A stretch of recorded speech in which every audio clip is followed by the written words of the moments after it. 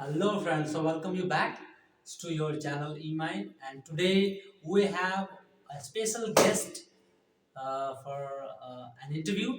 और इस special programme में मैं अपनी मदर का इंटरव्यू लेने जा रहा हूँ, जिसमें ये आपको कुछ खास चीज़ें बताएंगी और कुछ खास सवाल जवाब होंगे आज इस दंगल लाइव में।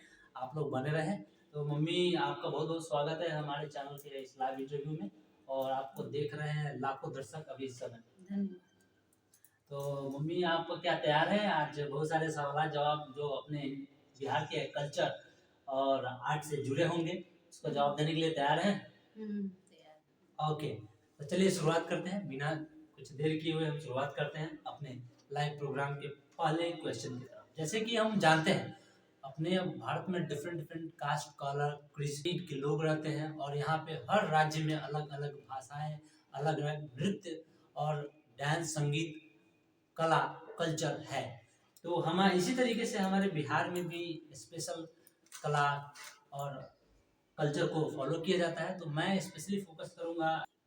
ओके, सो मम्मी, सबसे पहले आपके लिए एक बॉम्बास्टिक क्वेश्चन है कि बिहार में, जैसे कि आप जानते हैं कि सारे स्टेट में भिन्न भिन्न स्टेट में, राज्य में अलग अलग नृत्य और संगीत प्रसिद्ध है। उसी तरीके से अपने बिहार में भी प्रसिद्ध है, जिसमें से मुख्य रूप से आते हैं जैसे जट जटिन हो गया, झिझिया, डोमकच, कजरी नाच, फगुआ डांस, लौंडा डांस, टेका और विदेशिया डांस जैसे बहुत सारे डांस हमारे बिहार में फेमस है। जो आजकल की फोर्थ जनरेशन इन चीज़ों के बारे में जानती नहीं है और इस चीज़ों को बोलती जा रही है। उनको पता ही नहीं है कि झिझिया डांस होता क्या है, डोमकच क्या होता है। हमारे बिहार की अभी जो लेटेस्ट जनरेशन है, फोर्थ फिफ्थ जनरेशन के बच्चे, उनसे पूछेंगे तो उनको पता ही नहीं होगा कि ये सारी चीज़ होता क्या है।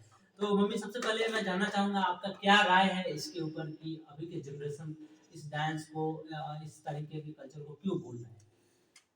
आज हमारी संस्कृति सभ्यता से पीछे जा रही है। आजकल के बच्चे ये सब नहीं जानते हैं और उन्हें जनाना बहुत ज़रूरी है, उन्हें समझाना बहुत ज़रूरी है।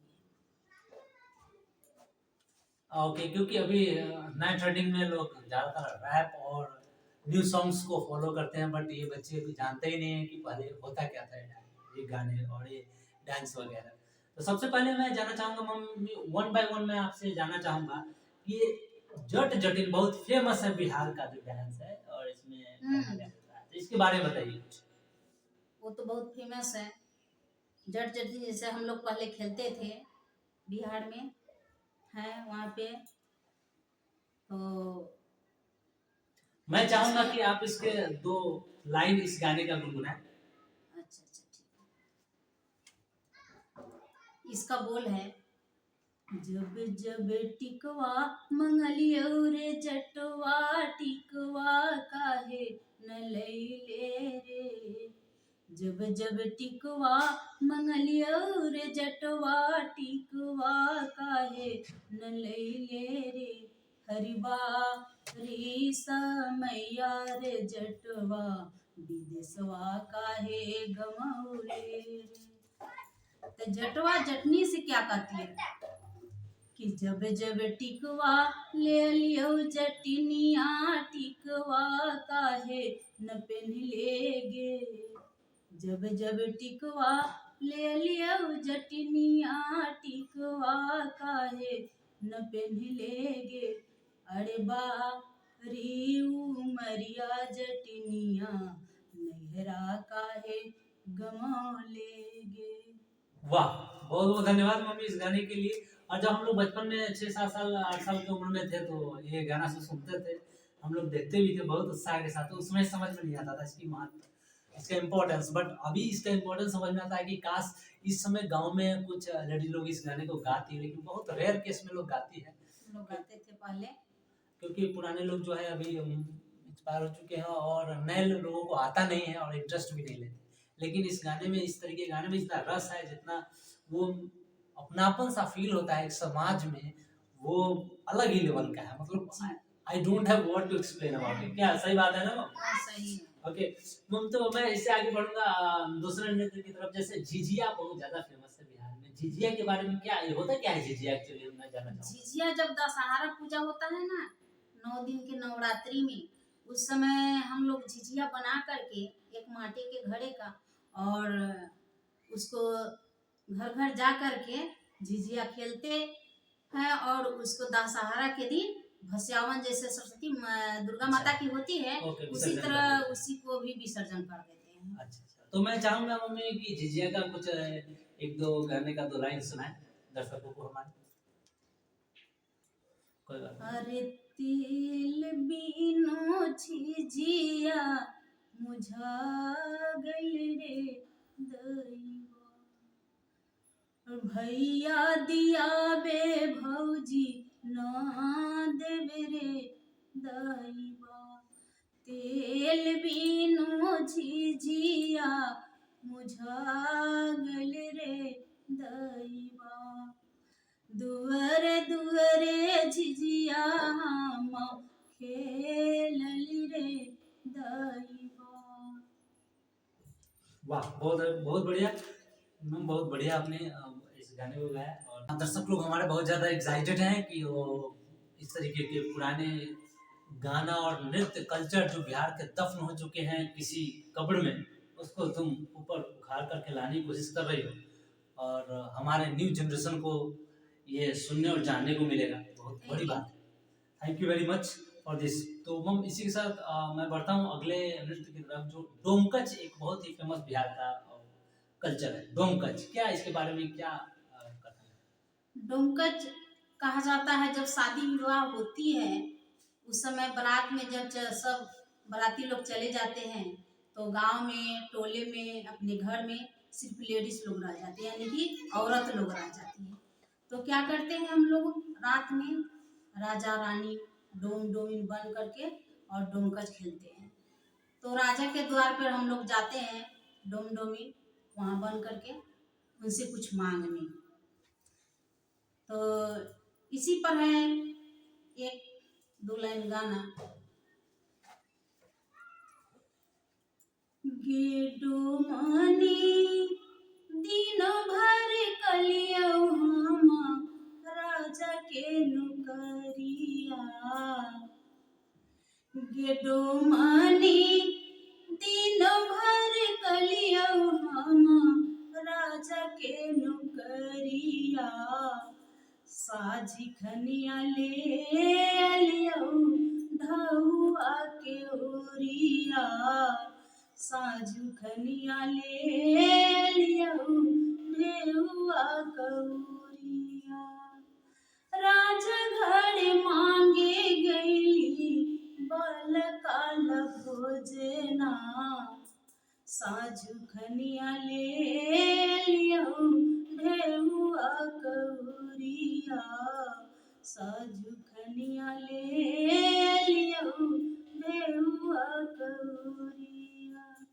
वाह, बहुत बहुत धन्यवाद हमारे दर्शकों को ये गाना सुनाने के लिए मम्मी। एक्चुअली ये कुछ अनकही कहानियाँ जो वो समाज की पुराने रीति रिवाजों में कहीं दफन सी हो गई है, उसको तुम ये कहानी के माध्यम से, गाने के माध्यम से, इनफैक्ट लोगों में ही नहीं बल्कि इनफैक्ट मेरे अंदर भी ऐसा फीलिंग आ रहा है कि मैं काश उस समय को और ज़्यादा एंजॉय किया होता अगर उसका महत्व उस समय जानता। तो बहुत बहुत धन्यवाद इसके लिए। Thank you.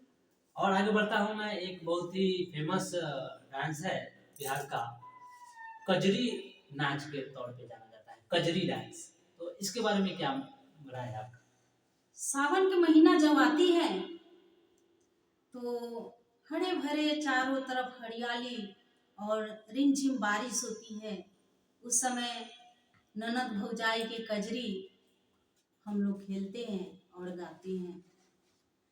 उस समय ननद और भौजाई मिल करके ये कजरी गाते हैं। कैसे खेले जैबू हो, कैसे खेले जैबू सावन में कजरिया, बदरिया घेरिया ले ननदी, कैसे खेले जैबू सावन में कजरिया, बदरिया घेरी आइले ननदी, घेरी आइले ननदी हो, घेरी खेले जैबू, कैसे खेले जैबू सावन में कजरिया, बदरिया घेरिया ये ननदी, बदरिया घेरिया ये ननदी, बदरिया घेरिया ये ननदी। वाह, क्या रस है मम्मी इस गाने में। वाकई मैं भी झूम जाता हूँ गाना जब तुम गाती हो तो। इस गाने से में कितना रस भरा हुआ, कितना फील है अंदर से। मतलब गाने सुनते सुनते ऐसा लगता है कि खो गए हो कहीं किसी अलग दुनिया में। से हमारे प्यारे व्यूवर्स के लिए ये सारा चीज आप गा रहे हैं, इसके लिए बहुत बहुत धन्यवाद दोबारा से हम हमारी तरफ से। और बिहार की मान्यता ये बहुत बड़ी है। ओके मम्मी, तो इस लाइव प्रोग्राम को थोड़ा आगे बढ़ाते हुए मैं चलूंगा। एक बहुत ही फेमस, जहाँ जिस समय लोग दूर दूर से, देश विदेश से भी यहाँ पे लोग आते हैं, एक फेस्टिवल है उस समय बहुत ही धूम धड़ाके के साथ ये डांस और नृत्य मनाया जाता है, जिसको फगुआ के नाम से जानते हैं। होली नहीं, फगुआ। हमारे बिहार में फगुआ होला, होली नहीं। और बिहार जानते हैं लोग होली के नाम से जानते हैं, लेकिन हमारा बिहार में फगुआ फगुआ होला, फगुआ। तो फगुआ के नृत्य के बारे में, गाने के बारे में कुछ बताइए। हमारे बिहार में फगुआ खेलने हम लोग जाते हैं। पहले तो मिट्टी से हम लोग खेलते हैं, उसके बाद रंग से खेलते हैं, उसके बाद फगुआ झूम झूम के गाते हैं। तो इस पर मैं एक गाना सुना रही हूँ। बाबा हरिहर नाथ, बाबा हरिहर नाथ, सोनपुरा में होरी खेले, बाबा हरिहर नाथ, सोनपुरा में होरी खेले, बाबा हरिहर नाथ, सोनपुरा में होरी खेले, बाबा हरिहर नाथ, सोनपुर में होरी खेले, बाबा हरिहर नाथ। राम खेले होरी, लक्ष्मण खेले होरी, राम खेले होरी, लक्ष्मण खेले होरी, लंका गढ़ में रावण खेले होरी, लंका गढ़ में रावण खेले होरी, लंका गढ़ में रावण खेले होरी, लंका गढ़ में रावण खेले होरी। लंका फिरू अइहन राम, लंका फिरू अइहन राम, धीरी जाधर माता जानकी, लंका फिरू अइहन राम, धीरी जाधर माता जानकी, लंका फिरू अइहन राम, धीरी जाधर माता जानकी, लंका फिरू अइहन राम, धीरी जाधर माता जानकी, लंका फिरू अइहन राम। होरी हो,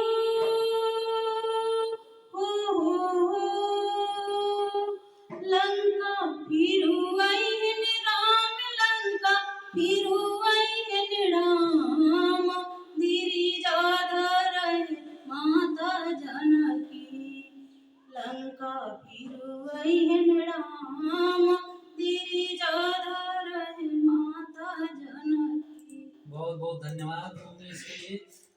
इसमें होलिका दहन होता था तो पहले उस राख से सब लोग पहले होली खेला करते थे। ये रीति रिवाज शायद आज के बच्चों को पता ही नहीं है। नहीं पता है। उसमें हम लोग बड़ी बनाते हैं और बड़ी को ले करके जाके वही जो होलिका दहन होती है वही में बड़ी पका करके उसको लाते हैं। उसमें गेहूं का कुछ हाँ, गेहूं का बाल, लहसुन का कोट जो होता है बांध के ले जाते हैं, उसमें पका के ले आते हैं और सभी परिवार एक एक दाने उसमें से प्रसादी के रूप में हम लोग खाते हैं। और पहले जो वो राख है उस राख से होली खेला जाता था, जी उसके बाद होली शुरू होती थी। जी ये जी। तो आज के जनरेशन को कुछ पता ही नहीं हुआ इसके बारे में, और इस तरीके से जानते होली हैं हम कि हुड़दंग, वही हुड़दंग। राग से हम लोग होली हुड़दंग कहते हैं उसको। होली ओके, हुड़दंग करते हैं बच्चे लोग और बूढ़े लोग होली गाते हैं। बहुत बहुत धन्यवाद, बहुत बहुत धन्यवाद। पर गांव के लोग भी इस तरीके से छोटा छोटा गोल गोल लेकर के होली हो करके पूरे गांव गाते डंप बजाते थे। बजाते हैं डम अभी भी। अभी भी बहुत कम हो बहुत चुका कम है, लेकिन बूढ़े लोग अभी भी बजाते हैं डंप। पुराने लोग। हाँ। ओके, सो बहुत बहुत धन्यवाद। तो हम इसी के साथ आगे बढ़ते हैं। एक और बहुत ही प्रसिद्ध गाना है जो विदेशिया के नाम से फेमस है। विदेशिया क्या होता है और ये किस के लिए आधारित है, और इसका कुछ एक दो पंक्ति सुनाइए प्लीज। जैसे कि आपने बताया था हम कि विदेशिया जो लोग पहले शादी होती थी तो किस तरीके से शादी होती थी, और कितने दिनों की शादी होने के बाद तुरंत चले जाते थे, और कितने कितने दिनों बाद आते थे, कोई गौना होता था क्या? हाँ इसके बारे हाँ में थोड़ा सा प्रकाश है, डालेंगे? इसमें और लाइक गवना कराई पिया घर बैठवले अपने जाए बसले विदेश। हाँ, ओके। तो जैसे अभी शादी होती है तो हम लोग शादी करते हैं और कल होकर के दुल्हन को लेके आ जाते हैं, लेकिन क्या पहले ऐसा होता था? पहले क्या नहीं, पहले शादी करके 12-12 बरस तक छोटे बच्चे में शादी हो जाती है, 12-12 बरस तक मायके में रहती, और उसके बाद गवना होता था। अच्छा, तो गवना के बाद हम लोग को दोंगा हुआ। हमें भी शादी के 3 साल बाद दोंगा हुआ। अच्छा, ओके। तो इस पे कुछ एक पंक्ति आप सुनाएंगे प्लीज, विदेशिया के ऊपर आधारित कोई भी। ठीक है, ओके मैम, जो आपको याद आ रहा है, हो सकता है काफी काफी सारा पुराना गाना हो चुका है और आपको याद नहीं होगा, तो जो भी आपको याद है उसी का दो पंक्ति सुनाइए। इसी में गाया जाता हाँ, है। अंगना दुआर सगरो महला अटरिया। जब एक पति गवना करा के अपने पत्नी को घर में रख के, दुल्हन को घर में रख के चले जाते हैं, तो वो क्या गाती है सुनो। अंगना दुआर सगरो महला अटरिया, तोरा बिना नीक नहीं लागे रे सवरिया, तोरा बिना नीक नहीं लागे रे सवरिया। अंगना दुआर सगरो महला अटरिया, तोरा बिना नीक नहीं लागे रे सवरिया, तोरा बिना नीक नहीं लागे रे सवरिया। वाह, क्या बात, क्या बात, क्या आपने वो दिल के दर्द को ऐसे खरोच दिया। जैसे पहले अभी अभी जैसे शादी होती है लड़की लोगों का, तो 3 महीने 4 महीने भी अलग नहीं रह पाते हैं और कुछ कुछ एक्टिविटी कर बैठते हैं। पहले की औरतें कैसे थी, सोचिए कि शादी होने के बाद 3-3 साल 4-4 साल 5-5 हाँ, ऐसा साल दूर होता रहते था हम लोग के जमाने में। उससे भी पहले के जमाने में जब गौना करा करके घर बुला करके और पति चल जाते थे परदेश, तो क्या 2-2 साल 3-3 साल के बाद आते थे। उस समय क्या थी, एक चिट्ठी लिखा जाता था डाक के द्वारा, उसी से बात होती। पहले तो न मोबाइल था न फोन था, तो क्या एक चिट्ठी पति या पत्नी अपने तकिए के नीचे रख करके जब याद आती तो चिट्ठी निकाल करके पढ़ लेती थी और फिर तकिए के नीचे उसको संभाल के रख देती थी। और तभी भी वो शादी देखो 80 साल 90 साल तक टिकता था, और आज की शादियां 10 साल 4 साल 3 साल में डिवोर्स हो जाते हैं, और इतने डिवोर्स के केस अपने ऑल ओवर इंडिया में आ रहे हैं। ये देखिए, तो ये एक डिफरेंशिएशन है जो मैं ये दिखाना कल्चर चाहता हूँ। बच्चों को दिखाना बहुत जरूरी है, और जरूरी और बच्चों को समझना भी चाहिए कि जब परदेश कमाने जाते हैं एक रोटी के लिए, तो धीरज बांध कर रहना ही पड़ता है। और आजकल के बच्चे बच्चियां ये समझ नहीं पाते हैं, इसलिए उनको समझाना बहुत जरूरी है। और इस चैनल के माध्यम से उन्हें ये समझना चाहिए कि पति परदेश क्यों जाते हैं। तो ये एक अनोखी मतलब अटूट बंधन है, रिश्ता जिसको फिजिकल अट्रैक्शन नहीं बोल सकते, ये उसको प्यार बोला जाता था। कि इतने दूर होने के बाद, सालों बाद मिलने के बावजूद भी रिश्ता इतना लंबा टिकता था और इतने दिनों तक रिश्ता बना रहता था। ये है प्यार, एक अटूट बंधन। हमारी माँ बाप जिससे शादी कर देते थे, हम लोग उसी से प्यार करना धीरे धीरे सीख लेते थे और ऐसा प्यार करते थे कि उसके अलावा दूसरा कोई चीज अच्छा नहीं लगता। आजकल पहले प्यार होता है, उसके बाद शादी होती है मॉम, ठीक है। जनरेशन हैज बीन चेंज्ड, वो कैसा है हाँ, वो ना। तो है ही है। अभी जनरेशन चेंज हो चुका है। पहले शादी होती थी, उसके बाद प्यार होता था, तो काफी दिनों तक शादी थी। अभी क्या होता है, पहले से प्यार हो जाता है, उसके बाद शादी होती है, तो प्यार बचता ही नहीं है, वो तो पहले ही हो चुका होता है, इसलिए शादी टूट जाती है और इतने सारे तलाक और डाइवोर्स के केसेस आते हैं। खैर एनीवेज, तो बच्चों को ये समझना चाहिए, खैर एनीवेज, ये तो थोड़ी आज के मजाक वाली कल्चर बात में होती भी है। बच्चों को समझना चाहिए ये चीज को।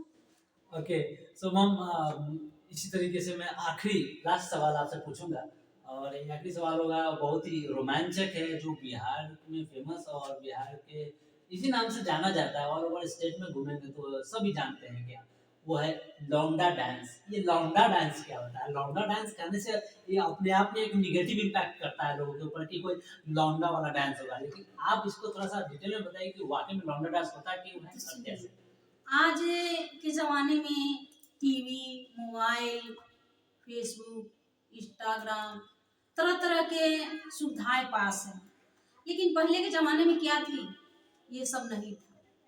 तो जब कोई प्रोग्राम होती, जैसे दशहरा पूजा है, दीपावली है, उस समय क्या करते थे, हम लोग नाटक खेलते थे, उसी को लौंडा डांस करते। आज अच्छा, जो अपने उसमें पात्र सब मिल करके और नाटक खेलते थे, उसमें कोई कहानी बनाया जाता था और उसमें पात्र वाई पात्र हम लोग सीन दिखाते, जैसे अभी तुम लोग टीवी में देखते हो, मोबाइल में देखते हो, इस तरीके से हम लोग नाटक खेलते थे। उसमें जेंट्स लेडीज जेंट्स के लोग, कपड़ा पहन के डांस हाँ वगैरह हाँ, करते जेंट्स लोग लेडीज के कपड़ा लौंडा पहन डांस, करके लौंडा। और डांस करते, गाना गाते तो उसको। उसके लिए एक वर्ड था एक्चुअली मॉम, लौंडा नहीं, लवंडा। हाँ, लवंडा डांस, लौंडा नहीं, लवंडा तो डांस दोस्तों ये चीज है, मतलब हिंदी में हम उसको करेक्ट लेडीज के भाषा में कपड़े पहन लौंडा करके। लिखते हैं, बट वो बिहार में लवंडा, तो वो लवंडा डांस हुआ करता था क्या, करेक्ट? हाँ हाँ, जेंट्स लोग लेडीज के कपड़ा पहन करके और डांस करते, गाना गाते और तरह तरह के सीन दिखाते थे, प्रोग्राम करते थे उस समय। तो बहुत बहुत धन्यवाद मैम। जैसा कि दर्शकों, आप सभी ने देखा है कि बिहार के प्रमुख नृत्य और सॉन्ग संगीत जो है, पुराने कल्चर जो अभी के जनरेशन को पता नहीं है, उसके ऊपर कुछ हमने कुछ सवाल जवाब किए मॉम के साथ, और इन्होंने बहुत अच्छे से उसको डिटेल में बताया और साथ में उसको गा करके ही बताया दो चार लाइन, ताकि हमें और हमारे व्यूवर्स को समझ में आए कि पहले किस तरीके का जनरेशन था और किस तरीके की सभ्यताएं को फॉलो करते थे, जो अभी धीरे धीरे समय के साथ विलुप्त होती जा रही है।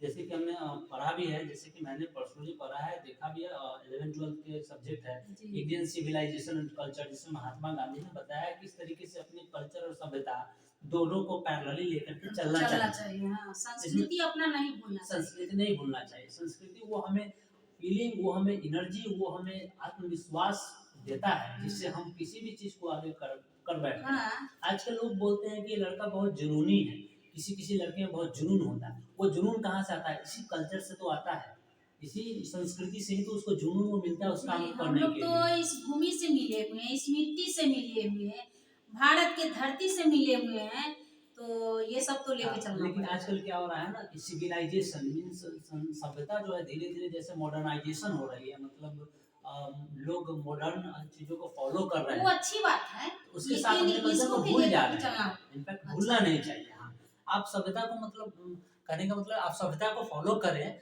आप मॉडर्न बने, आपका लिविंग स्टैंडर्ड को बढ़ाएं, आप अपने पहनावा, आप अपने लिविंग स्टैंडर्ड को चेंज करें सभ्यता के अकॉर्डिंग जैसे से बदल रहा है, but culture must be follow.